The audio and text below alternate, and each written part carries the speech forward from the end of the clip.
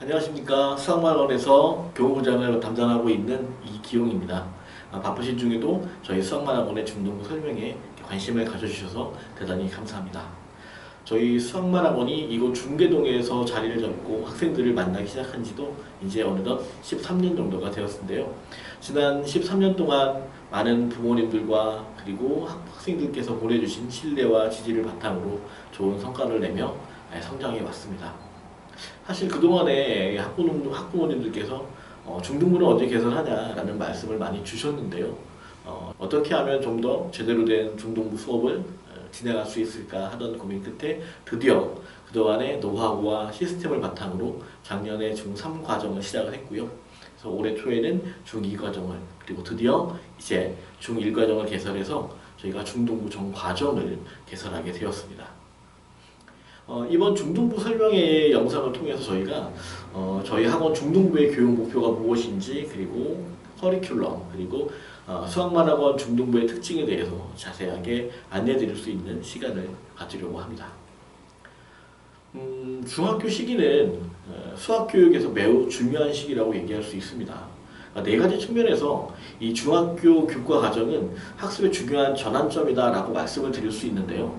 첫 번째로는 그 중학교 시기는 이 고등 수학의 수학적인 기초를 확립하는 시기라고 말씀드릴 수 있어요.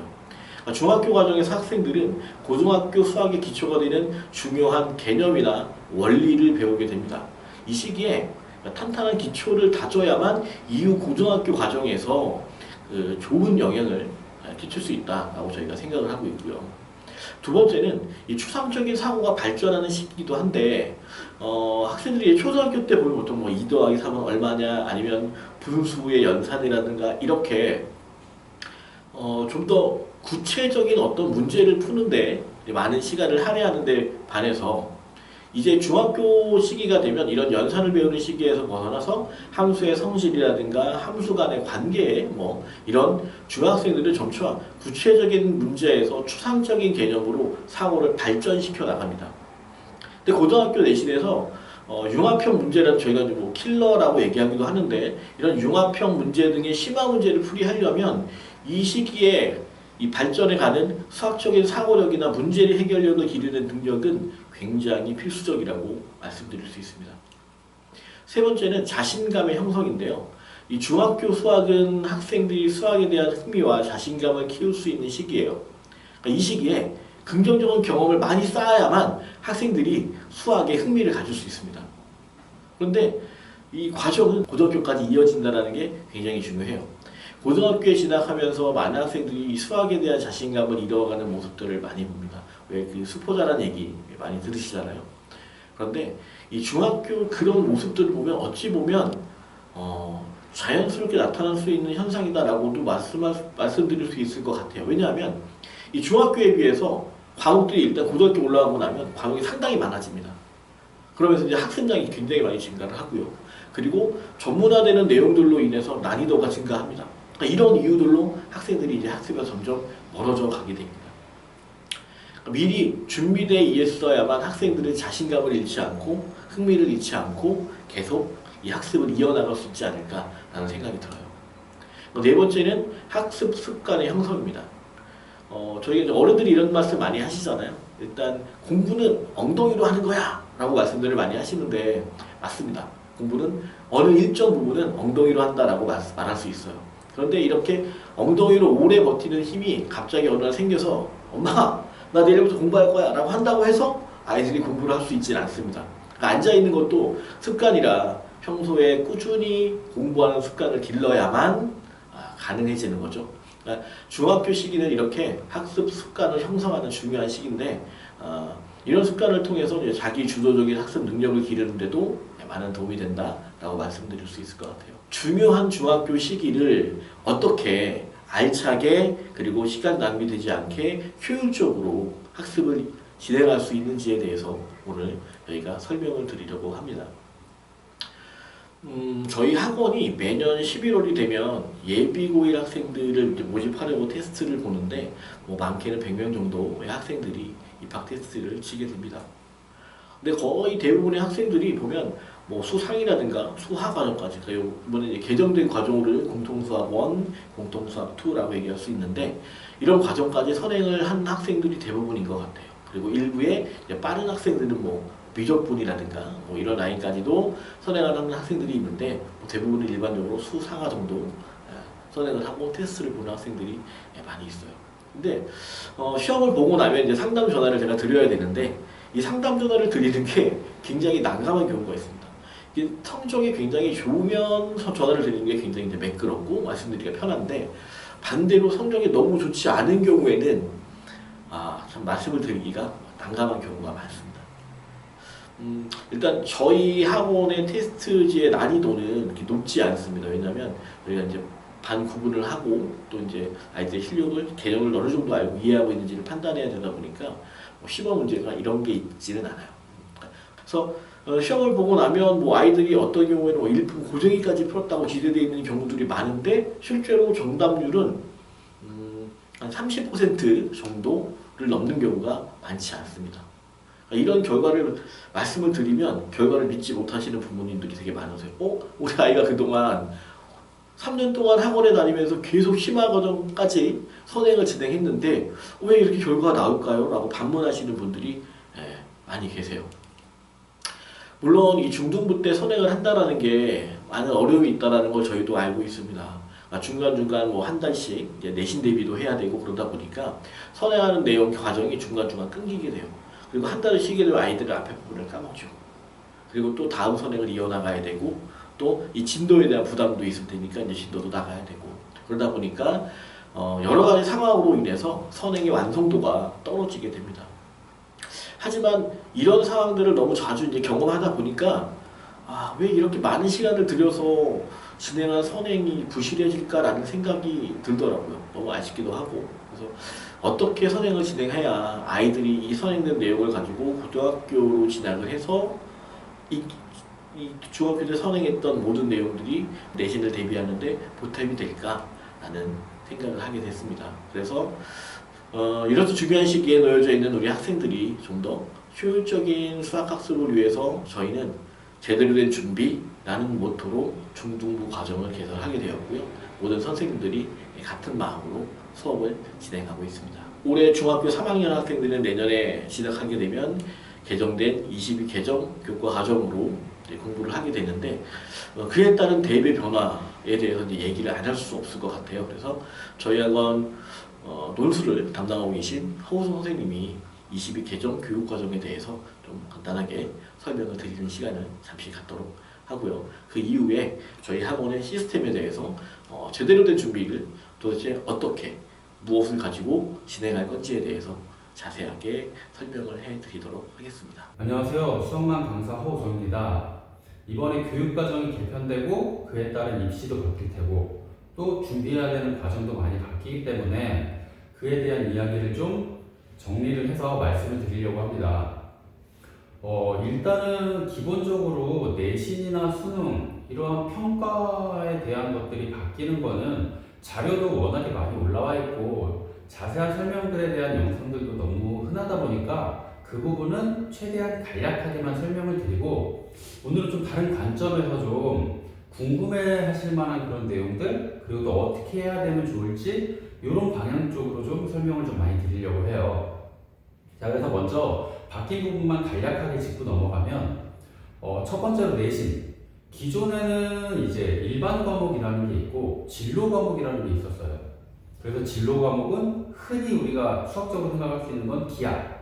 이런 과목들은 이제 진로 선택이라고 해가지고 상대평가가 아닌 절대평가로 단순히 A, B, C 이 세 개로만 나뉘었단 말이에요. 실제로 입시에 반영될 때도 들어간다고는 하지만 말씀을 드리면 생각보다 영향력도 없고 반영률도 거의 없다고 보시면 돼요. 최소한을 채우기도 쉽고 그래서 이제 이런 부분들이 있었다면 이번에 바뀌게 되는 내신 과정을 보면 이러한 진로 과목들이 전부 다 일반 과목으로 다 바뀌게 됩니다. 그래서 일반 과목의 수가 어마어마하게 늘어나고 단 이것들이 이제 선택에 의해서 뭐 다 들어야 되는 건 아니고 본인이 이제 희망하는 진로에 관련된 그런 과들을 선택해서 들을 수 있게끔 하겠다. 이렇게 이제 바뀐 건데, 이제 첫 번째 여기서 이제 걱정하시는 부분이, 내신이 기존에는 9등급제였는데 이게 5등급제로 바뀌다 보면 변별력이 떨어지는 거 아닌가, 이런 걱정들을 많이 하시는데, 실질적으로 현재 통계를 조사해 봤을 때 확인해 본 바로 의하면 이게 아무리 1등급이 4%에서 10%로 바뀐다 하더라도 변별력을 논하려면 5, 1등급의 학생의 비율이 얼마나 되느냐, 이제 이게 중요하단 말이에요. 사실상 5, 1등급이 아닌 단 한 과목이라도 2등급, 혹은 두세 과목이 2등급, 혹은 이게 여러 학기에 걸쳐서 보기 때문에 2등급이나 3등급이 섞여 있다라고 한다면 과목 수 자체가 늘어났기 때문에 어차피 변별력에 대해서는 큰 의미가 없을 정도로 세분화되어 있어요, 이제는 점수가. 그래서 5, 1등급 학생들은 얼마나 되냐? 현재 통계로는 약 한 6천에서 7천 명 학생이 전국에 있다고 하더라고요. 10%대에 모든 과목이 들어가는 학생이. 그럼 보통 7천 명이라고 하면 지금으로 봤을 때는 이과 기준으로 상위 의대에 가는 모든 학생들 플러스 치대, 그 아래 뭐 약대나 한의대, 수의대를 살짝 걸치는 정도? 즉 내신으로 변별력이 힘들어지는 구간은 어차피 의대에 의치한 쪽이 아니면 사실상 큰 무리는 없어요. 현재 이렇게 9등급에서 5등급으로 바뀌어도 그거에 대한 큰 차이는 없어요. 자, 그리고 또 간단히 수능도 말씀을 드리면, 수능은 지금 어떻게 바뀌어 있냐면 기존에는 거의 모든 과목들이 언어 영역도, 수리 영역도, 과학도, 영어도 고3에 맞춰져 있다라고 한다면 이제 그게 전부 다 기초적인 고1 또는 고2 수준으로 내려오게 됩니다. 그나마 고민이었던 기하나 미적분을 선택 과목으로 넣을 거냐, 제1외국어처럼. 근데 그거조차도 이제 작년 12월에 빠지는 걸로 결정이 났어요. 그래서 수능도 대비하는 과목에 있어서 현재에 비해서 훨씬 더 간단하게 되어 있는 형태란 말이죠. 그래서 이제 교육부가 이걸 딱 발표한 상태예요. 이 정보를 가지고 그럼 앞으로 입시가 어떻게 바뀔 거냐, 이거에 대한 말씀을 이제 좀 드려야 되는데, 이거를 이제 최대한 아까 말씀드린 대로 궁금한 점들을 최대한 살려서 이해하기 좋게 왜 이렇게 바뀌는지, 그리고 또 이렇게 바뀌면 또 어떻게 해야 되는지, 이런 것들을 좀 정리를 해드리려고 합니다. 제가 이제 세 가지 관점에 대해서 말씀을 드릴 건데, 첫 번째는 교육부, 일단 먼저 말씀을 드릴 거고, 두 번째, 실질적으로 학생들을 뽑아야 하는 대학 입장에서는 그럼 이 변화된 과정에 대해서 어떻게 받아들이는지, 그리고 마지막으로 학생, 즉 우리의 입장이 어떻게 돼야 되는지, 어떤 걸 준비해야 되는지, 이렇게 세 파트로 좀 말씀을 드리고 싶습니다. 자, 첫 번째, 교육부가 딱 교육과정을 바뀔 때마다 나오는 똑같은 의문들이 있어요. 왜 이렇게 자주 바뀌지? 왜 또 바뀌지? 왜 이렇게 바뀌지? 이러한 의문들이 계속 따라오는데, 자, 일단은 간단하게 목표만 딱 말씀을 드리면, 교육부의 1차 목표는 뭐냐? 당연하지만 인재 양성이에요. 우리나라를 앞으로 이끌어갈 학생들을 아주 훌륭한 인재로 만드는 게 당연히 교육부의 1차 목표겠죠. 근데 여기서 앞에 좀 수식어가 붙어요. 그냥 인재가 아닌 다양한 인재 양성이 목표예요. 예전하고 이게 많이 달라져요. 왜 달라지는지는 조금 이따가 비교를 해드릴게요. 자, 그런 다음에 그럼 그 목표를 위해서 무엇을 하고 있냐, 교육부가. 교육부 입장에서 목표로 삼는 건 교육 과정의 선진화라고 생각을 하시면 돼요. 흔히 얘기하는 선진국들이 이렇게 해가지고 이런 성공들을 이루더라. 그러니 우리도 이쪽 방향을 선택을 해서 좀 더 선진국화된 교육 과정을 우리가 정착을 시키자. 이게 이제 목표인 거죠. 근데 그러다 보니까 이제 문제들이 많이 생겨요. 어떤 문제가 생기냐? 흔히 여기서 얘기하는 선진국이라고 하면 주로 이제 교육 선진국은 미국 쪽보다는 유럽 쪽, 주로 독일, 프랑스 이런 쪽들을 많이 이야기를 하는데, 이 교육 과정을 그대로 통째로 딱 그럼 들어다가 왜 갖다 놓으면 되지 않느냐? 그럼 여러 번 바뀔 필요 없이 한 번에 딱 끝나는 건데 왜 대체 그렇게 안 하고 이랬다 저랬다 왔다 갔다 하냐라는 걸 갖다가 이제 말씀을 드릴 거예요. 자, 독일을 예를 들어서 보면 독일은 이제 초등교육이라는 게 있어요. 좀 쉽게 말씀을 드리면 우리나라로 따지면은 이 초등학교부터 중학교 과정이라고 생각을 하시면 돼요. 이 초등 과정이 끝나면 진로가 결정이 돼요. 쉽게 말해서 담임쌤이 학생과 학부모를 불러서 이 아이는 자 이러이러하니까 열심히 공부를 하고 학습적인 능력이 뛰어나니 김나지움 우리로 따지면 인문계 고등학교에 보내서 대학을 갈 수 있도록 할 테니 거기에 진학을 시키세요 하고 결정을 딱 내려요. 이게 상담이라고는 하지만 실질적으로 강제적인 결정이라 부모한테 선택권이 없어요. 그리고 또 어떤 학생은 뭐 기계를 만지는 걸 좋아하고 이런 걸 잘 다루니 그러면 이 관련된 전문 기술을 배우게끔 그 전문 학교에 보내세요. 독일에서는 그게 그 정착이 되어 있고 그거에 대한 대비가 잘 되어 있어요. 근데 우리나라는 그렇지가 않잖아요, 현실적으로. 누군가는 의사가 돼서 많은 돈을 받고 누군가는 전문직으로 기술을 배웠는데 월급을 적게 받으면서 허덕이고 이 격차가 너무 크다 보니까 이걸 가지고 와서 자 이제부터 우리는 선진국 교육을 할 거야. 자 이제 이렇게 할 거야 하고 딱 적용을 하면 어떤 일이 일어나요? 자 어머니 아들은 이제 기술을 배워야 됩니다. 고등학교를 이쪽으로 가세요. 그러면 난리가 나죠. 이미 그 격차가 너무 크기 때문에 이걸 강제로 선택해서 강요할 수가 없는 환경이란 말이에요. 이런 사회적인 분위기나 이런 기반들이 하나도 안 갖춰져 있는 상태에서 자 이제부터 선진국 교육으로 합니다. 이럴 수가 없어요. 그래서 이제 교육부가 하려고 하는 게 뭐냐, 이제 이만큼 우리나라가 발전해 가고 있으니 이 부분을 적용을 해서 이렇게 한번 좀 바꿔볼까? 이제 앞으로 이것까지 할 수 있을 것 같으니 그걸 대비해서 우리는 학생들을 이렇게 이 정도까지는 할 수 있어야 되지 않을까? 당연하지만 사회라는 게 한 번에 바뀌는 게 아니고 발전이라는 게 한 번에 이루어지지 않듯이 조금씩 바뀌어 나오고 조금씩 수용해야 되는 필요성과 그리고 가능성이 계속 바뀌기 때문에 거기에 맞춰서 교육과정을 한 발 앞서 미리미리 이렇게 책정을 하다 보니까 자주 바뀔 수밖에 없는 거예요. 그래서 교육부 입장에서는 예전하고 달라진 점이, 예전에는 일단 성적이 좋은 학생들을 모아서 그 학생들이 이런 것들을 배워서 빨리 나라 발전을 시키자, 이러한 집중형 교육 과정을 선택해왔단 말이에요. 근데 이게 한계가 있단 말이에요. 이제 더 이상 새로운 기술이 나온다 한들 그거에 대해 대비하는 과정이 이미 우리나라가 수준에 어느 정도 올라와 있기 때문에 이거 새로운 거 이거 배우려면 아무것도 모르는 백지에서 시작해, 이런 상태가 아니란 말이에요. 그럼 더 발전하기 위해서 뭐가 필요하냐? 각 분야의 전문가들이 이제 더 필요한 거예요. 그냥 단순히 공부 잘해서 일단 급하게 빨리 발전시키는 거 말고 좀 더 넓은 의미로 각 분야들을 계속 발전해 나가기 위한 다양한 인재 양성이 필요하다는 거죠. 그래서 처음에 말씀드렸던 교육부의 1차 목적, 다양한 인재 양성을 이제 원한다. 단순히 공부 잘하는 학생 말고 그 각 직업, 각 진로에 맞는 적절한 인재를 양성해 나가겠다.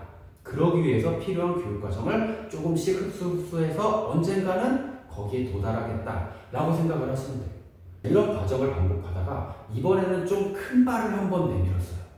그게 뭐냐? 바로 고교 학점제예요. 기존에는 정해진 수업, 정해진 과목들을 배우다가 이걸 조금 풀어서 선택을 할 수 있는 연습들을 시켰어요. 지금도 그렇게 하고 있어요. 진로 선택을 통해서. 그리고 이제 이걸 완벽하게 고교 학점제로 바꾸겠다는 거예요. 아까 말씀드린 대로 독일이 초등교육이 끝나면 고등학교부터는 완전히 본인의 진로가 선택된 상태에서 거기에서 필요한 과목들을 듣는단 말이에요. 우리가 당장 그렇게 할 수는 없지만 적어도 고등학교 때 학생들이 원하는 진로가 선택이 됐을 때 거기에 필요한, 내가 이것들이 필요해, 또 이것들을 들을 거야 라고 하는 환경을 만들어주겠다는 거죠. 그러기 위해서 이제 진로 과목, 일반 과목 이렇게 하지 말고 일반 과목을 쫙 선택의 폭을 넓혀서 얼마든지 선택해서 본인의 진로에 맞는 과목을 들을 수 있게 하자라는 걸로 크게 한 발을 내딛었어요. 그래서 어떻게 보면 기존에 이렇게 짜잘하게 바뀌는 것들에 비해 요번에는 나름 많이 큰 변화가 왔다고 생각을 할 수가 있는데, 그래도 이렇게 이러한 내용들을 따져보면 보는 관점이 어떻게 바뀌냐면 제가 학생들한테도 많이 물어보고 학부모님들한테 이렇게 간간히 물어보면 가장 많이 요번에 바뀌는 게 핵심적이게 한 단어는 뭐냐라고 하면 가장 많이 하는 이야기는 문이과 통합이에요. 근데 지금 제가 말씀드린 대로 교육부의 목적은 통합이 아닌 세분화란 말이에요. 더 세분화하고 싶다. 문이과로 나누는 건 말이 안 된다. 이게 아니라 진로에 맞게끔 훨씬 세분화를 해서 각각 필요한 것들을 인재들을 양성할 수 있게 하겠다라는 게 목적인 거지 통합이 목적이 아니에요. 그러니까 더 이상은 이제 문이과 통합이 아닌 이제 훨씬 세분화됐으니까 우리 아이들에게 맞는 과목을 선택할 수 있는 이제 그런 세상이 왔구나. 그래서 이쪽으로 방향성을 잡아야겠구나 라고 이해를 하셔야 돼요. 수능이 왜 기본적인 과목들만 그렇게 체크를 하고 점점 더 낮은 쪽을 바라보게 되는지에 대한 게 조금은 이해가 되실 거예요. 어차피 공부를 잘하는 학생을 뽑는 게 아니라 이제는 진로에 맞는 학생을 뽑아야 되기 때문에 최소한 필요한 것들을 그리고 더 다양한 것들을 이 학생들이 들을 수 있게, 선택할 수 있게, 평가할 수 있게 바뀌어간다라고 보시면 돼요. 자, 그래서 이번에 교육부에서 많은 변화들을 줬기 때문에 이번에는 두 번째로 대학 관점에서 한번 이 내용들을 살펴보려고 해요. 자, 대학교 입장에서는 교육부가 간단하게 바뀌고 조금씩 전진했다 후퇴할 때는 사실상 그렇게 큰 타격을 입진 않아요.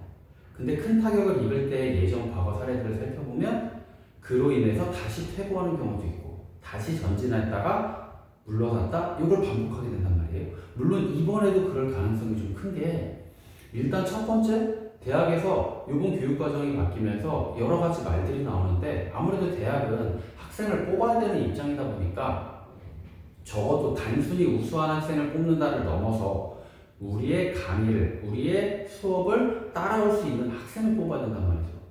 근데 수능을 봤더니 그리고 내신을 봤더니 이게 비교하기가 점점 힘들어지는 과정처럼 보인단 말이죠. 정시를 예를 들어 볼게요. 정시는 기존까지는 어떤 방식이었냐? 그냥 수능을 잘 보면 돼요. 내신 모르겠고 그냥 수능을 잘 보면 되고 면접 모르겠고 논술 모르겠고 그냥 수능을 잘 보면 돼요. 근데 지금 수능이 바뀐 걸 봤더니 이거 수능을 잘 본다고 해가지고 우리 수업을 들을 수가 없겠는데? 예를 들어 뭐 기계공학과에서 봤을 때 우리는 지금 물리적인 이야기도 해야 되고 거기에는 운동에 대한 미적분 이야기도 있고 아니면 공간적인 이러한 기하 이야기도 해야 되는데 수능에는 미적분도 없고 기하도 없네? 그럼 단순히 그냥 이 시험을 잘 본 학생을 뽑는 게 맞나? 그리고 이걸 뽑았을 때 이 학생들이 미적분도 모르고 기하도 모를 수도 있잖아요. 혹은 문과 계열의 수업만 듣다가 그냥 수능을 잘 봐서 왔을 수도 있어요. 그럼 그 학생들을 어떻게 가르치냐? 그래서 심지어 작년에는 저런 이야기도 좀 많이 나왔어요. 이제 이러다가는 공대가 5년제로 바뀐다. 우리가 이대로 학생을 가르칠 수 없기 때문에 1년을 더 늘려서 기본적인 기초에 해당하는 미분이나 적분, 미적분, 지금의 미적분이나 아니면 기하에 대한 내용을 1년을 더 가르치고 학생들을 전공 수업을 듣게 해야 되지 않느냐 이런 이야기까지 나오고 있단 말이에요. 그래서 교육부가 뭐라고 대답을 했냐면 이제 정시에서 단순히 수능 성적을 가지고 뽑는 게 아니라 교육 과정을 통해서 내신 때 이 학생들이 어떤 수업을 들었고 어떤 과목을 선택해서 어떤 학점을 받았으며 어떤 점수, 그게 상대평가든 절대평가든 이것들을 전부 다 열람할 수 있게 하겠다라고 공개를 했어요. 그럼 이제 대학교 입장에서는 좋다 그러면 정시는 그렇게 뽑으면 되고 근데 그 학생들이 그러면 학교에마다 다른데 어떤 학생은 특목고 흔히 얘기하는 과거 영재고 외고 학생일 테고 어떤 학생은 인구수가 많은 지역에 과밀된 그런 교육을 받는 학생 그런 학교의 학생일 수도 있고 또 그렇지 못한 학교일 수도 있는데 이 비교를 어떻게 하겠냐라는 문제점은 여전히 남는다는 거죠. 그러다 보니까 이제 대학은 어떻게 선택을 하게 돼요? 조금 더 그런 것들을 검증할 수 있는 방안들을 모색하게 되죠. 그래서 당장 아직 바뀌지 않았는데도 불구하고 올해 입시부터 변화가 있어요. 서울대에서 정시에서 이제는 학종 같은 면접과 그리고 그러한 테스트들을 보기 시작해요. 이 학생들이 우리 학교에 왜 지원을 했으며 이러한 기본적인 내용부터 시작을 해서 학교 생활을 어떻게 했는지 더 나아가서 재시문형 면접이라고 해가지고 재시문 면접이 뭐냐면 면접이긴 한데 수학, 과학 문제를 적은 종이를 미리 나눠주고 20-30분 전 혹은 1시간 전에 걸 미리 나눠서 풀게 한 다음에 그리고 면접에 들어와서 그걸 설명하게 하는 게 이제 재시문형 면접이에요. 서울대는 기존부터 이걸 시행을 해왔고 물론 현재로서는 많이 시행하지 않지만 앞으로는 이제 이런 것들이 늘어나겠죠. 왜냐? 우리 과에 필요한 수업을 제대로 들었는지 제대로 알고 있는지 체크를 해야 되니까. 그래서 이제 정시도 단순히 수능이 아닌 면접이 추가되든가 아니면 학생부 종합전형 같은 그러한 과정들이 추가되던가 혹은 내신까지 반영되는 그런 변화들이 있을 거예요. 수시는 어떠냐? 수시에서도 이 선택 과목에 대한 게 상위권 대학은 아까 말씀드린 대로 의대 같은 경우에는 수시에서 내신 교과만 가지고 선별이 안 돼요. 서울대 의대에서 이제 학생을 뽑으려고 하는데 최상위권을 뽑으려고 하는데 7,000명이래요. 7,000명에서 어떻게 고를 거예요? 그럼 이제 어떻게 돼요? 마찬가지로 자체 시험을 늘릴 수밖에 없어요. 그게 면접이 됐든 논술이 됐든 혹은 수능 최저가 됐든 여러 가지 것들을 이제 다 요구할 거란 말이죠. 학교가 높으면 높을수록 요구사항은 점점 많아질 거예요. 그러다 보니까 이제 무슨 얘기가 나오냐? 이제 수시하고 정시가 큰 의미가 없는 거 아니냐라는 이야기까지 나올 정도로 이제 서로 공유하는 데이터들, 필요한 조건들이 점점 빠듯해지기 시작할 거예요. 근데 사실 대학 입장에서 보면 어차피 학생들을 가르쳐야 되는 입장에서 적어도 수업을 들을 수 있는 학생들을 뽑아야 되기 때문에 이러한 변화들이 현재로는 좀 자연스럽다라고 생각을 해요. 이제 앞으로 어떻게 바뀔지는 이제 좀 더 두고 봐야겠지만 거기서 좀 더 교육부에서 한 발을 더 내디디려고 지금 준비하고 있는 과정이 이제 모든 문제의 서술형화 이런 이야기들도 하고 있는데 실제로 이제 독일이나 프랑스는 그렇게 진행을 하고 있으니 현재 그것까지는 아니니 여기까지 발걸음을 했을 때 대학에서는 이 변별을 위해서 좀 더 많은 자체적인 시험들 그게 방금 말씀드린 대로 면접이든 논술이든 면접도 구술 그런 기본적인 면접이 됐든 아니면 재시문형 면접이 됐든 혹은 수능에 대한 최저 요구치라든가 이런 것들을 점점 여러 가지로 다방면으로 요구하기 시작할 거다라는 이야기예요. 자 이제 마지막으로 제일 중요한 학생들의 관점 즉 우리의 관점을 한번 생각해 볼 필요가 있겠죠. 교육부에서는 평가 과정을 저렇게 바꿔왔고 그러다 보니까 대학교에서는 좀 더 많은 것들을 보겠다라고 했어요. 이제 없어지는 게 뭐냐? 기존까지는 현재 고3들도 저런 학생들이 많아요. 고1 때 좀 대충대충 술렁술렁 공부를 하다가 내신을 봤는데 썩 안 좋아. 2학년 때 이제 공부를 좀 해보려고 하는데 여전히 내신은 좀 아니네. 아니 모르겠다 이제 다 포기하고 나는 정시 올인이야. 이런 학생들이 되게 많아요. 특히 이쪽 지역은 더욱더 많아요. 왜? 내신 따기가 그만큼 힘드니까. 그러면은 결국에는 뭐야? 수능만 하겠다라는 건데 앞에 설명드린 내용들을 따져봤을 때 수능만 가지고 뽑는 게 아닌데 내신도 본다 그랬는데 면접도 본다 그랬는데 그게 아니면 자체적인 논술도 본다 그랬는데 그럼 어떻게 돼요? 이제 더 이상 하나만 잘해서 대학을 가는 거는 점점 더 힘들어져요. 이미 서울대가 시작을 했고 그리고 내년부터는 연고대도 이 입시가 반영되는 시점에서는 모든 대학들이 다 시작을 할 거란 말이죠. 그럼 지금 중3 학생들이 예비고1 학생들이 입시를 치르는 시점에서는 더 이상 정시올인 이런 거는 대학을 갈 수가 없어요. 그러면 정시도 해야 되고 내신도 해야 되고 내가 선택한 게 면접 전형이면 면접도 준비해야 되고 논술 전형이면 논술도 준비해야 되고 최저도 맞춰야 되고 이걸 다 해야 되느냐? 이걸 다 요구하는 곳도 물론 있긴 하겠죠. 어쩔 수가 없어요. 뭐 현재 이 사회 분위기상으로는 서울대 의대는 아마 다 요구할 수도 있어요. 근데 거기까지 가지 않고 일반적으로 상위권 대학교들 그게 혹시 서울대라 하더라도 뭐 서울대 의대가 아닌 일반 과들이라고 한다면 이 다양하게 요구하는 거랑 모든 걸 요구하는 건 좀 달라요. 이 모든 걸 완벽하게 하는 게 아니라 다양한 걸 요구한다는 게 어떤 느낌이냐면 예를 들어 어떠한 학생이 나는 자동차가 만들고 싶어. 엔진을 개발해가지고 혹은 항공기 엔진이 됐든 자동차 엔진이 됐든 엔진을 개발하고 싶어. 그럼 이 학생이 배워야 되는 것들이 뭐냐? 기본적으로 당연히 물리 원투에 대한 거 그리고 이게 운동에 대한 거니 미적분을 선택을 해야 되고 그리고 공간적인 사고도 해야 되니 기하도 선택을 할 테고 근데 이 학생이 굳이 생물을 할 필요가 있을까? 사실 생물은 할 필요가 없단 말이죠. 더 나아가서 어떤 것들이 필요할까?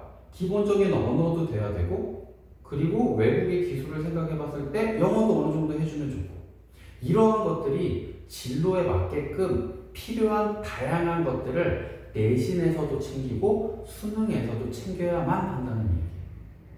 그러니 고1 때부터 쭉 그것들을 챙기려면 어떠한 학생들이 유리하겠냐? 당연하지만 진로가 정해진 학생들이 훨씬 유리해요. 자신의 진로가 정해져 있어야 나는 어떠어떠한 과목들을 들을 거고 또 필요에 의해서 꼭 이 진로랑 완벽하게 밀착되어 있진 않지만 이런 과목을 예를 들어서 아까 그 엔진을 만든다는 학생이 난 지구과학도 들을래. 만약에 면접에 갔어요. 교수가 물어봐요. 너는 대체 엔진을 만들다가 우리 학교 내가 추가원 왜 들었냐? 요즘에 문제가 많이 되더라. 환경 오염에 대한과 발전에 대한 대립이 많길래 이게 도대체 어떻게 되는 건지 좀 자세히 알아볼 필요가 있어서 나는 이 과목도 선택을 했다. 이러한 정도의 꼭 당장의 완벽한 밀착은 아니더라도 그런 주위에 관련된 그런 과목들도 선택을 하게 될 텐데 그럼 반대로 가장 문제가 되는 학생은 하고 싶은 게 없어요. 그냥 공대 가면 될 것 같아요. 이런 학생들은 과목 선택하기가 이제 힘들어져요. 그리고 준비하기도 힘들어져요. 무언가를 하려고 하면 이런 학생들은 정말 방법이 뭐밖에 없어요. 다 아는 수밖에 없어요. 근데 현실적으로 지금 과목의 수나 그리고 준비해야 되는 게 내신, 수능 여러 가지들이 막 쌓여있기 때문에 이제 다 할 수는 없어요. 그렇기 때문에 현재 시점에서 제가 생각하는 가장 중요한 건 첫째 일단 진로를 빨리 정해라 해요. 이게 좀 걱정되는 게 가끔 가다가 이렇게 진로를 정해야 된다라고 말씀을 드리면 집에 가셔가지고 야 진로 정하는 게 중요하대. 너 뭐 할 거야? 라고 하시면 안 돼요. 당연하지만 그렇게 하면 이제 저도 부모 되는 입장에서 실제로 학부모님들을 뵈면 누구보다 그게 느껴져요. 우리 아이를 얼마나 이제 사랑하시는지, 얼마나 애정을 갖고 계시는지가 저도 느껴지는데 문제는 학생의 입장에서 그걸 바라보면 당연하지만 그게 다 달가울 수만은 없단 말이에요. 그러니까 진로를 강제로 선택하기가 아니라 진로를 잡을 수 있게끔 도와주셔야 돼요. 뭐를 좋아하는지 관심을 가져주셔야 되고 일부 이 학생이 잘하는 게 있다라고 느끼는 게 조금이라도 있으면 이거 좀 괜찮은데 혹시 너희 관심이 있냐? 혹은 그거에 대한 정보를 좀 찾아서 이런 쪽으로 해서 이렇게 하는 것도 있던데 혹시 관심 있는 직업은 있냐? 이런 것들 쪽으로 접근을 하셔서 이 학생이 어떠한 방향을 잡을 수 있게끔 이 진로하고 직업은 좀 다르잖아요. 진로를 잡을 수 있게끔 도와주는 게 현재 시점에서 중3 예비고일 학생들한테는 가장 최우선시해야 될 부분이라고 생각을 합니다.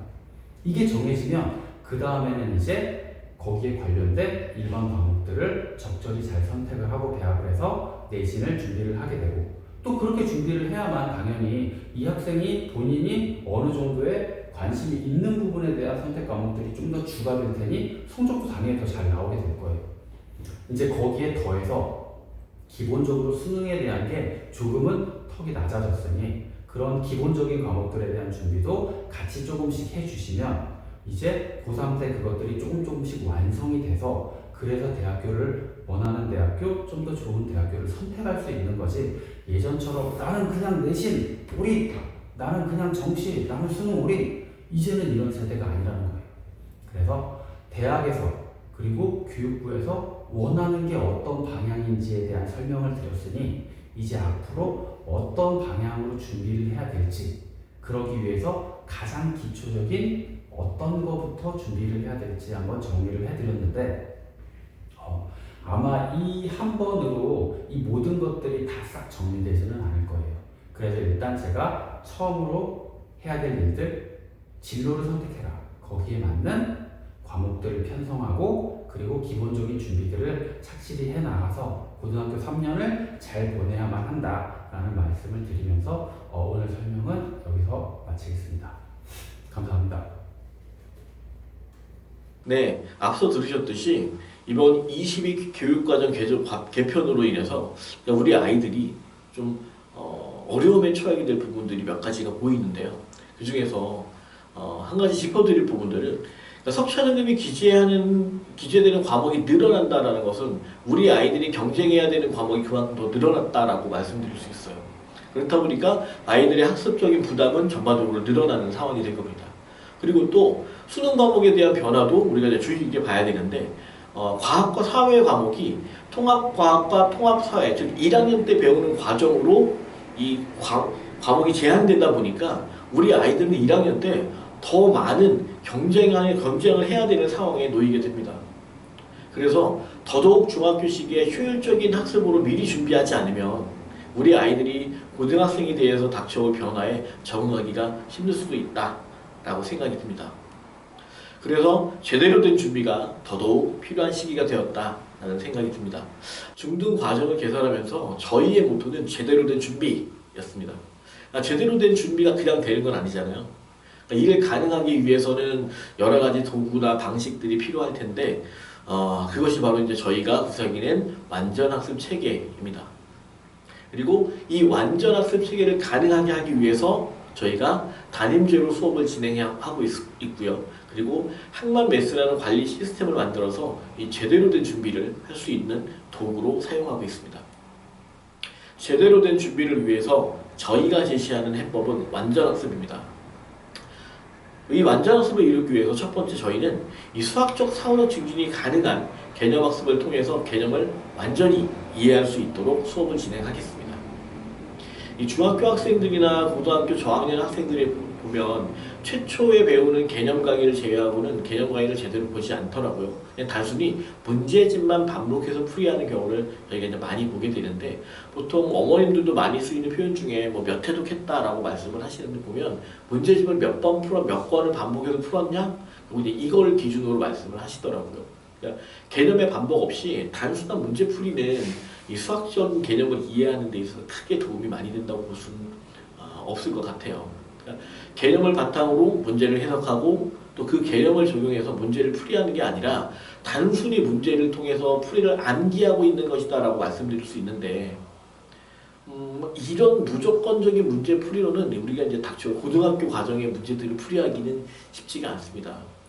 왜냐하면 중학교 때 유형이 적다 보니까 그 암기해서 몇몇의 유형들을 암기해서 풀이하는 게 가능할지는 모르겠는데 이 공통수 실제로 비교해보면 공통수학 1의 한 단원에 들어가 있는 개념이 중학교 3학년 1년치 전체에 들어있는 개념보다 오히려 더 많습니다.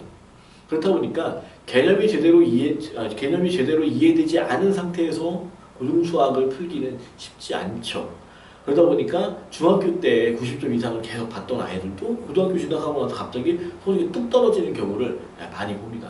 그러니까 개념학습은 반드시 반복이 필요합니다.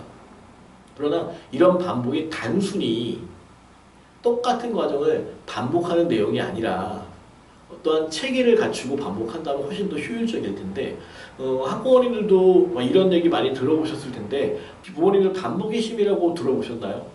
아는 분들도 많이 계실 텐데 하나의 학습서를 공부할 때 3회 이상은 봐야 제대로 내용을 이해할 수 있다 뭐 이런 얘기죠. 그 얘기를 잠깐 이제 드리자면 처음에 1회 독해 단계에서는 내용을 파악하고 그 내용을 이해하는 과정이다 라고 보실 수 있고요. 2회 독은 앞에서 내가 이제 첫 번째 볼 때 배웠던 공부했던 내용을 기억하고 있는지를 확인하고 그럼 또 이 기억하고 있다면 이 내용을 정확하게 이해하고 있는가를 확인하는 과정입니다. 마지막으로 3회 독해 과정은 이 내용을 직관적인 사고에서 연역적 사고로 소화해서 이걸 이제 창의성을 키우는 과정이 3회 독해 과정입니다. 저희는 이 과정을 동일한 내용을 계속 반복해서 가르치는 게 아니라 기본, 응용, 그리고 심화의 단계별로 적용해서 좀 더 발전된 내용을 수업하고 이를 확인하도록 저희는 관리할 것입니다. 그리고 두 번째는 체계적인 오답 학습을 통해서 완전한 오답 관리를 이루어내도록 하겠습니다. 학생들이 시험을 보고 나면 이런 말을 자주 하죠, 어머님들. 엄마, 나 다 아는 거 틀렸어. 망했어. 라는 말을 자주 하는데 사실 저희가 이제 시험지를 검토하다 보면 아는 문제를 틀렸던 건 맞아요. 근데 이게 정확하게 아는 문제를 틀린 게 아니라 실제로는 예전에 풀었던 문제를 틀렸다고 봐야 되고요. 그 문제를 풀었었던 기억은 있는데 그 문제를 어떻게 풀어야 되고 어떤 개념을 적용해야 되는지는 기억을 못하는 겁니다. 그렇다 보니까 내가 풀 수 있는 문제를 틀렸어 라고 착각을 하는 것 같아요. 아이들은. 아마 오답풀이만 했어도 이렇게 뻔한 문제를 틀리는 경우는 없을 것 같은데요. 근데 아이들이 오답이 발생을 하면 저희가 이제 좀 수업에서 이제 오답 문제 풀이를 해주는데 이걸 집에 가서 반복적으로 다시 풀이해보는 아이들은 거의 없다라고 봐야 될 것 같아요. 왜냐하면 다른 과목들의 숙제도 해야죠. 그리고 수학 다음 숙제도 해야죠. 그러다 보니까 자연히 오답 관리는 미뤄질 수밖에 없는 상황에 놓이게 됩니다. 그러니까 이것을 누군가는 체크해주고 관리해주지 않으면 아이들은 오답을 철저하게 관리할 수가 없어요. 그래서 학생들이 반드시 오답을 풀 수 있도록 저희가 관리하도록 하겠습니다. 그러니까 숙제 시에 오답이 발생하게 되면 수업 시간에 첫 번째로 그 오답 풀이를 통해서 오답을 정리하도록 할 거고요. 그리고 매주 저희가 이제 첨삭 수업을 하게 되는데, 담당 선생님이 직접 관리하시는 첨삭 수업을 하게 되는데, 이 첨삭 시간에 공통 문제가 아니라 각각 학생들이 본인이 틀린 문제를 개별적으로 오답 노트로 제공을 하고 그 문제를 풀 수 있도록 관리를 할 겁니다. 그리고 또한 저희가 매 단원이 끝날 때마다 보는 단원 테스트에서 오답 문제를 반영해서 그 오답 문제를 제대로 이해하고 있는지를 최종적으로 다시 한번 확인하도록 할 겁니다. 이렇게 세 단계의 과정을 거쳐서 저희는 오답 관리를 정확하고 철저하게 하도록 하겠습니다. 세 번째는 진도만 나가지는 않을 겁니다. 저희 학원은 단원 테스트를 통해서 일정한 수준이 완성되지 않으면 이 과정을 다시 한번 복습할 수 있도록 저희가 교육하도록 하겠습니다.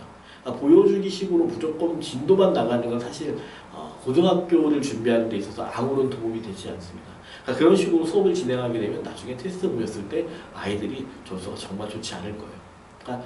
이렇게 진행되는 진도보다는 저희가 각 단원이 끝날 때마다 테스트를 보고 그 테스트에서 일정한 점수가 나오지 않으면 저희가 다시 테스트를 보도록 하겠습니다. 그리고 틀린 문제들은 그와 유사한 유형의 유형 포인트를 개별적으로 제공해주고 그 부분을 첨삭 시간에 다시 질문하고 모르는 부분들을 계속 설명해주고 하는 식으로 좀 완성도를 높여가도록 하겠습니다. 마지막으로 학생 그리고 학부모님과 소통하며 수업을 진행하도록 하겠습니다. 학생과 상담을 통해서 문제를 파악하고 빠르게 필요한 부분들을 제공해서 학생이 학원의 수업을 효율적으로 따라올 수 있도록 할 것이고요.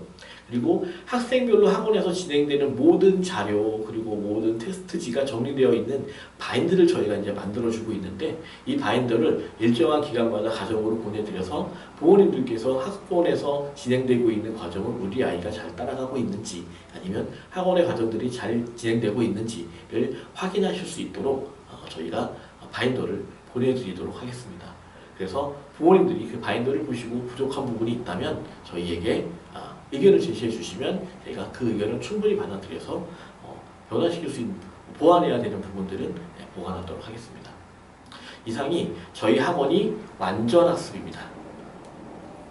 그런데 신입생 상담을 하다 보면 이 많은 걸 학원에서 다 해준다는 게 이게 가능한가요? 라고 반문하시는 부모님들이 많이 계세요. 이 모든 것들을 가능하게 하는 시스템이 저희 학원에는 있습니다. 바로 그것이 다림제 플러스 알파와 학만이 메스 시스템인데요. 저희 학원 시스템의 특징은 외부에서 저희가 들여와서 그것을 그냥 사용하는 것이 아니라 저희가 그동안 10여 년간 수업을 통해서 필요하다고 판단되는 시스템을 구축해 왔기 때문에 아이들을 관리해주고 아이들의 성적을 올려주는데 훨씬 더 외부의 시스템보다 효율적이다라고 자랑해 드릴 수 있을 것 같아요. 그 첫 번째가 다림제 플러스 알파인데요. 저희는 완전 학습을 가능하게 하는 시작이 바로 이 다림제 플러스 알파다라고 생각을 했습니다.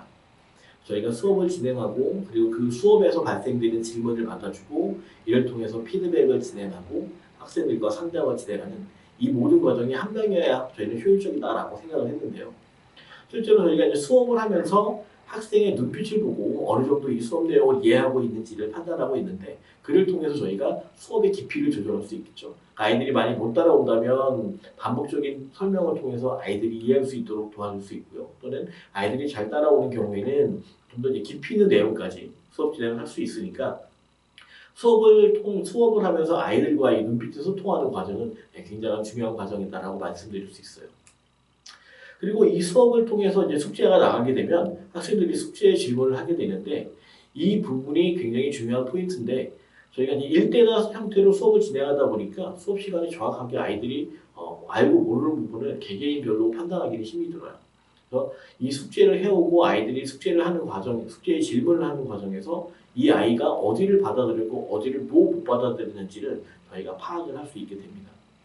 그리고 이를 바탕으로 수업 때 설명한 부분이 잘 적용이 되었는지, 질문했던 내용이 진짜 해결이 되었는지를 확인해야 되는데, 이게 이제 저희들이 진행하고 있는 첨삭이라는 수업인데, 저희가 이때 이 피드백 과정도 담임 선생님이 직접 담당을 하고 있습니다.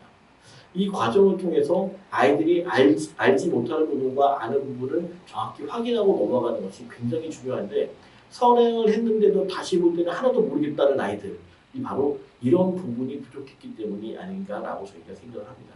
그래서 제대로 짚고 제대로 보완하고 넘어가야만 가장 효율적인 수업 진행을 했다라고 판단할 수 있을 것 같아요. 그리고 이러한 일련의 과정들을 부모님과 상담한다든가 학생들과 상담을 통해서 학생이 부족한 문제점을 정확하게 짚어주고 해결책을 제시해 줄 수 있어야 된다라고 저희는 생각합니다. 그리고 이러한 부분이 정말 잘 이루어지기 위해서는 한 명의 담임 선생님이 이 모든 것들을 진행해야 되는데 어떻게 했는지를 알아야 질문을 받을 때 어디를 이해 못했는지를 찾을 수 있고요.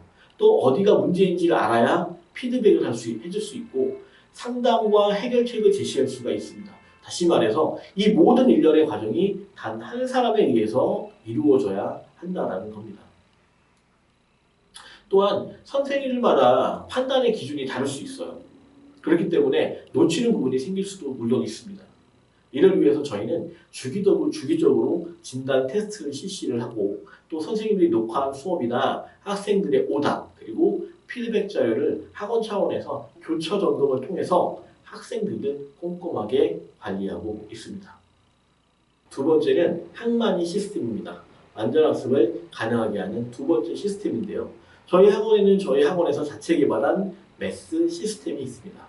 이게 학만이 M, 학만이 A, 학만이 T, 학만이 H에서 이제 네 가지의 시스템을 묶어놓은 건데요.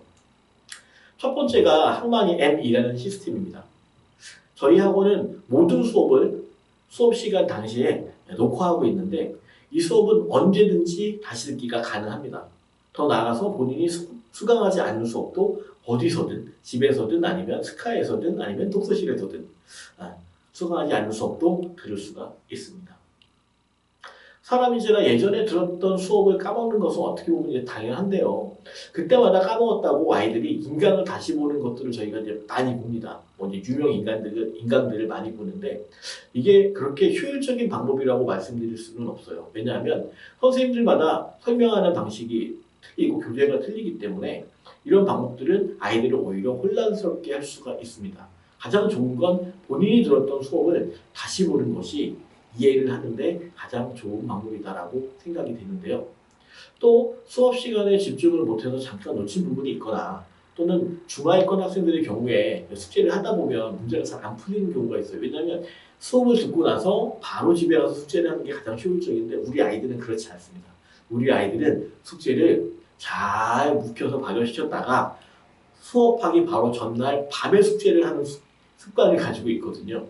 그렇다 보니까 숙제를 하려고 하는데 개념을 다 까먹고 숙제를 하는 경우가 굉장히 많아요.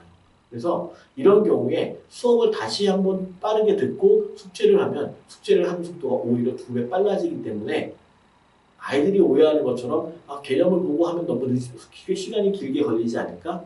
오히려 그렇지 않고요. 오히려 숙제를 하는데 더 빠른 시간에 숙제를 진행할 수가 있습니다.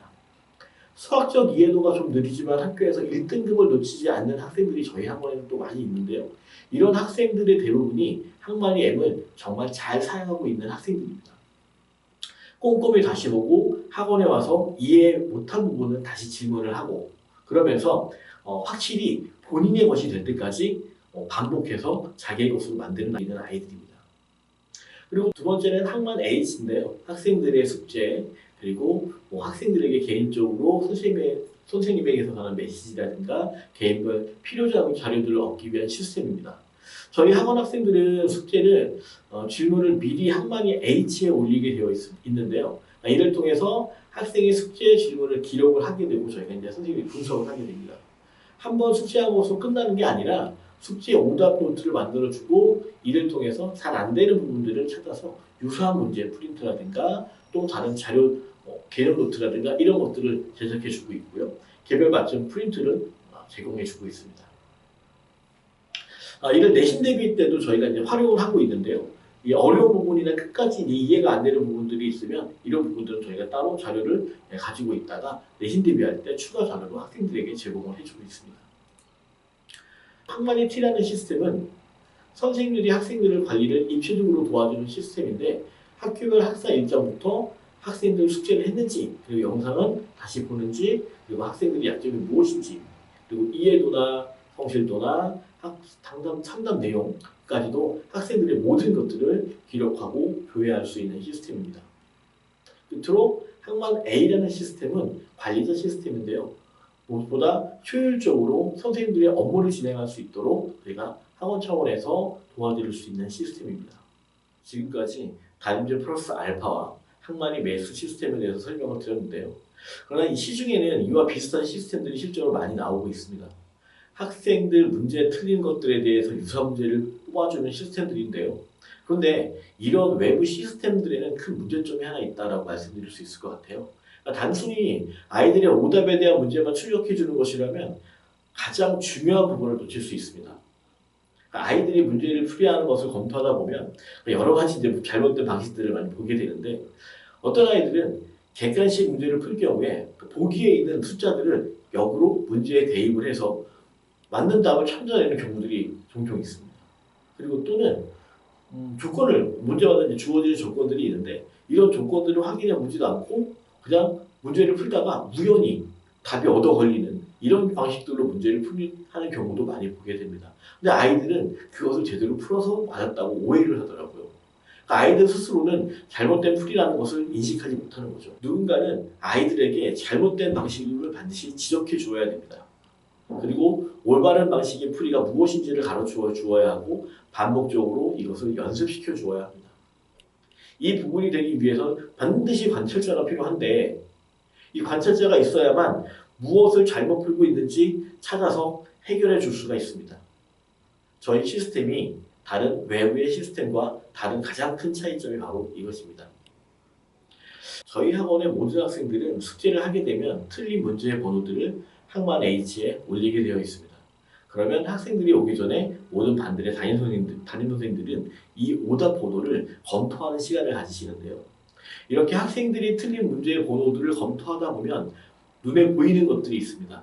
그러니까 뭐 예를 들면 저희가 평소에 알고 있는 이 학생의 수준과 문제를 풀었는데 오답의 개수가 너무 현저히 갑자기 적어졌다던가, 아니면 대부분의 학생들이 질문하는 문제의 번호와 어떤 학생이 질문하는 문제의 번호가 완전히 다르다던가, 그러니까 이렇게 이상한 부분들이 눈에 띄게 되면 저희가 수업 시간에 학생들의 연습장을 수거해서 풀이를 다시 보기도 합니다. 이렇게 문제점을 찾아서 전체 개념이 만약에 흔들리는 학생이라면 학만 M을 통해서 수업을 다시 듣게 하고요. 이 부분을 다시 점검을 하게 됩니다. 또는 한두 유형의 약점만 보인다면 이런 경우에는 유사한 문제를 다시 연습시키기도 하고요. 그런데 아까 말씀드린 이상한 논리에 익숙해진 경우가 발견이 된다면 이것이 아니라는 것을 보여주고 설명을 해서 다시금 끼워 맞추기 형태의 풀이가 계속되지 않도록 저희가 고쳐주고 있습니다. 그러니까 이렇게 학생을 관찰해야지만 학생들이 부족한 부분을 보완해 줄 수 있는 거죠. 저희 학원의 시스템은 학생의 문제를 찾고 기록하고 그리고 해결해 주는 것에 초점이 맞춰져 있습니다. 또 그것들을 완성하는 것은 철저한 담임제에 의해서만 가능한데, 학생의 이렇게 모든 것을 한 명의 담임 선생님이 관찰을 해야만 학생들이 빠져나갈 수 없는 상황을 만들 수 있다라는 게 저희의 생각입니다. 그리고 이 오답은 굉장히 중요한 자산인데요. 절대로 한 번만 풀고서 끝내면 안 됩니다.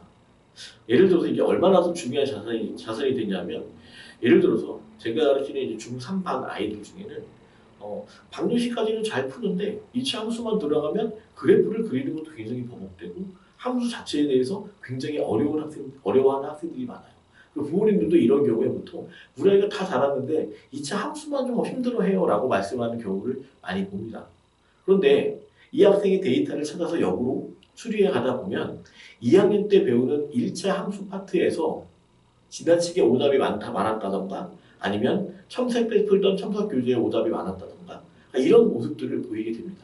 그러면 이 학생이 지금 당장의 이 부분이 문제가 아니라 1년 전에 2차 함수에서 부족했던 개념 부분이 여기에 와서 문제를 일으키고 있구나 라는 걸 역으로 저희가 추론해낼 수도 있고, 이를 통해서 아이가 부족한 부분들을 다시 좀 더 보완해주고, 그리고 아이로 하여금 좀 더 발전할 수 있게끔 이끌어줄 수 있는 단서가 된다라고 말씀드릴 수 있어요. 이렇게 그때는 해결하고 넘어갔다고 해도 시간이 지나면 다시 그 부분으로 인해서 아이가 힘들어하는 경우가 발생되는 경우들이 종종 있습니다. 그러니까 단순히 다시 풀어보는 것이 아니라 학생의 습관을 파악해 주는 것이 중요한 정보인 거죠. 그래서 저희 학만이 시스템은 학원에서 내준 숙제 그리고 테스트 등의 모든 것들을 기록으로 남기고 있고요.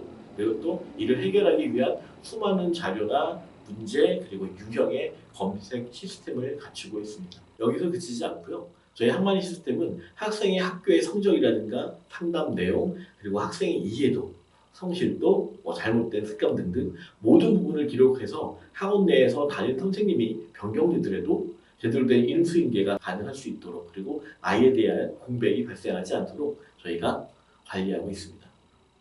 그리고 어떠한 담임 선생님과 수업을 하더라도 같은 높은 퀄리티를 유지하기 위해서 선생님들 간의 소통과 학생들의 점검을 학원 차원에서 다시 한번 저희가 진행하고 있습니다. 지금까지 저희 학원의 완전학습 체계와 이것을 가능하게 해주는 담임제 플러스 알파 그리고 학만이 매스 시스템에 대해서 설명해 드렸는데요.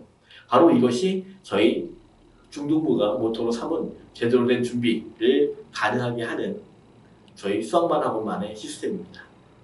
그럼 이번에는 입학 절차에 대해서 잠깐 설명을 해드리도록 하겠습니다. 전화 상담을 해주셔도 좋고요. 내원 상담을 해주시면 더 좋고요. 상담을 하시고 나면 간단하게 저희가 이제 학생 카드를 좀 작성을 하고요. 그리고 나서 학생이 어느 정도까지 선행되었는지 이를 파악한 후에 반배치고사의 범위를 정해서 반배치고사를 보게 됩니다. 반배치고사 결과가 나오면 내부 회의를 통해서 학생이 해당되는 반의 담임 선생님들과 내부 회의를 통해서 반을 결정하게 되고요. 반이 결정되고 나면 학원에서 다시 부모님들께 연락을 드려서 테스트 결과와 그리고 반 배치 결과에 대해서 설명을 드리게 됩니다. 현재 어머님들께서 학원을 다니시겠다라고 오케이 하시면 이후에는 담임 선생님께서 직접 연락을 드려서 수업 방식이라든가 교재라든가 기타 등등에 대해서 자세하게 설명을 드리고 있습니다. 저희 수학만 중등부의 반 구성은 일단 수업 시간부터 잠깐 말씀을 드리면 수업 시간은 주 2회 반과 주 3회 반이 있는데요. 주 2회 반 같은 경우에는 2시간 반, 3시간, 2시간 반 이렇게 수업이 진행이 되고 있고요. 주 3회 반 같은 경우에는 이제 4시간, 4시간 나눠서 수업을 진행하고 있습니다. 모든 수업과 그리고 그 반의 첨삭 수업까지도 저희는 담임 선생님이 한 분이 직접 진행을 하고 있고요. 정원은 반마다 조금씩 다를 수 있는데요. 보통 저희가 이제 담임 선생님이 직접 첨삭을 진행하시다 보니까 개념도 설명해 줘야 되고 또 문제풀이도 부족한 부분들은 해줘야 되고 하다 보니까 커버할 수 있는 인원의 범위가 그닥 많지는 않습니다. 그래서 보통 이제 10명 이상 수업이 좀 어렵고요. 10명 미만해서 저희가 이제 수업을 주로 진행을 하고 있고요. 다만 정원이 따로 이렇게 정해져 있지는 않습니다. 그리고 학원은 1시 개방이 되어 있어서 보통 학생들이 학원을 오픈하는 2시 사이에서 10시까지는 언제든지 와서 작업실에서 공부를 할 수 있고요. 방학 중에는 1시부터 개방이 되니까 좀 더 일찍 와서 학생들이 학원에서 자유롭게 공부를 할 수 있습니다. 그리고 방학 특강은 일률적으로 저희가 특강으로 잡아서 진행하는 게 아니라 저희 재원생들을 기준으로 재원생들에게 필요한 특강만 개설을 해서 진행을 하고 있습니다. 부모님들이 이제 많이 주시는 질문 중에서 마지막으로 이제 몇 가지만 좀 말씀을 드리고 설명회를 마무리하도록 하겠습니다. 가장 많이 하시는 질문 중에 개별적인 질문도 할 수 있나요? 라고 이제 물어보시는 분이 있어요. 어느 학원에 있었는데 어느 학원에서는 질문을 하기가 좀 어려웠다 학생들이 많이 있어서 저희 학원이 가장 자랑하는 부분 중에 하나가 이 아까 말씀드렸던 학만이 시스템과 담임제 그리고 두 번째가 바로 이 질문을 자유롭게 할 수 있는 분위기인데요. 보통 선생님들이 이제 3시간, 3시 전에는 다 출근을 하시는데 출근하시고 나면 항상 저희는 업무를 보는 시간이라기보단 학생들의 질문을 받아주는 시간이다라고 인식하고 있어요. 모든 선생님들이. 그래서 6시 전에는 학생이 학원 교재가 아닌 다른 교재더라도 들고 오면 언제든지 자유롭게 질문을 할 수 있습니다. 그리고 또 첨삭 시간을 이용해서도 아이들이 본인이 모르는 것들을 질문할 수 있고요. 숙제 관리는 어떻게 되나요? 라는 질문도 많이 주시는데요. 사실 숙제 같은 경우에는 이 숙제가 이제 집에서 하는 거다 보니까 좀 한계성이 분명히 있을 수밖에 없는데 일단 숙제를 안 해오는 아이에 대해서는 저희가 이제 주의를 주고요. 그리고 이제 한 번쯤은 더 기회를 주고요. 대신 기회를 준다는 게 가장 중요한 건 확인인 것 같아요. 그러니까 숙제를 다시 한번 해와 그래서 반드시 확인해야지 확인하지 않으면 아이들은 이게 습관적으로 어차피 이것만 모면하면 되겠구나 라고 나쁜 습관이 들더라고요. 그래서 저희는 숙제를 제차 내주게 되면 반드시 지정된 기일에 확인을 하고요. 그리고 숙제가 이루어지지 않는다면 시간을 잡아서 학원에 따로 와서 학원에서 수업을 하도록 지도하고 있습니다. 또 이제 어머님들이 많이 주시는 질문 중에 학생이 질문을 잘 안 하는 스타일인데 내성적인 아이라서 이런 아이인데 질문을 안 하면 어떡하죠? 라고 걱정을 많이 하시는 경우가 있어요. 근데 앞에서도 말씀드렸듯이 저희는 청산을 담당하는 게 알바 선생님이 아니라 담임 선생님입니다. 그러니까 학생이 질문을 하지 않는다고 해서 그냥 그 학생은 내버려 두지 않고요. 저희가 테스트를 보게 되면 그 결과물이 나오잖아요. 그 결과물을 가지고 아이가 부족한 부분에서 질문하지 않아도 저희는 반드시 그 부분에서 개념을 알고 있는지 역질문으로 확인을 하고 그 문제풀이를 통해서 그 부분을 해소해 줍니다. 그리고 학생마다 또 개별적인 프린트도 많이 주고 있는데 이런 부분도 학생이 풀어오면 저희가 이제 따로 체크해서 따로 이제 질문을 받아주고 있으니까 저희 학원에서 대부분의 학생들이 적응하고 나면 질문을 굉장히 자유롭게 잘하고 있습니다. 그런 걱정은 안 하셔도 될 것 같아요. 마지막으로 선행은 어디까지 해야 좋은가요? 라고 질문을 주시는 경우가 많이 있는데요. 일단 뭐 다다익선이라고 많이 하면 할수록 일단 좋겠죠. 그런데 일단 대전제가 있습니다. 학생들이 받아들일 수 있는 범위 내에서 적어도 고등과정에 올라갔을 때 내신 대비에 써먹을 수 있는 정도는 받아들일 정도 하에서 선행이 진행되어야 됩니다. 그렇기 때문에 학생이 받아들이지도 못하는 내용을 계속 선행만 해서는 아무런 도움이 된다고 볼 수가 없고요. 좀 더 구체적으로 말씀을 드리자면 아까 저희 교육과정 개정편에서 말씀드렸듯이 고등학교 1학년 때 배우는 저희가 이제 경쟁해야 되는 과목들이 소차 등급이 매겨지는 과목들이 굉장히 많이 들었다라고 말씀을 드렸잖아요. 공통사회나 이제 공통과학도 해야 되니까. 그럼 이제 1학기 과정에 해당되는 내용이 공통수학 1, 공통수학 2인데 적어도 이 부분까지는 좀 선행이 되면 아이들이 고등학교 1학년 때 올라가서 좀 수학에 자신감을 갖고 과정을 받아들이는데 큰 도움이 될 것 같고요. 만약에 좀 더 여유가 된다면 대수 정도까지 하면 좀 좋을 것 같은데 왜냐하면 보통 이제 공통수학 1, 2의 내용들은 중학교 3학년 과정이 플러스 알파가 되면서 넘어오는 과정이라서 확장되는 과정이라서 아이들이 그렇게 낯설어하지는 않아요. 그런데 이 대수 파트는 아이들이 처음 보는 부분이라서 첫 번째 단원부터 아이들이 굉장히 힘들어합니다. 그러니까 한두 번쯤 중학교 시절에 미리 학습을 하고 올라오면 훨씬 더 수월하게 고등수학을 받아들이는데 도움이 되지 않을까 하는 생각이 듭니다. 지금까지 이렇게 저희 학원 설명에 관심을 가져주시고 지켜봐 주셔서 대단히 감사합니다. 믿고 보내주시면 저희 학원의 모토대로 제대로 준비시켜서 고등학교 과정에 큰 도움이 될 수 있도록 저희가 수업을 진행하도록 하겠습니다. 지금까지 지켜봐 주셔서 대단히 감사합니다.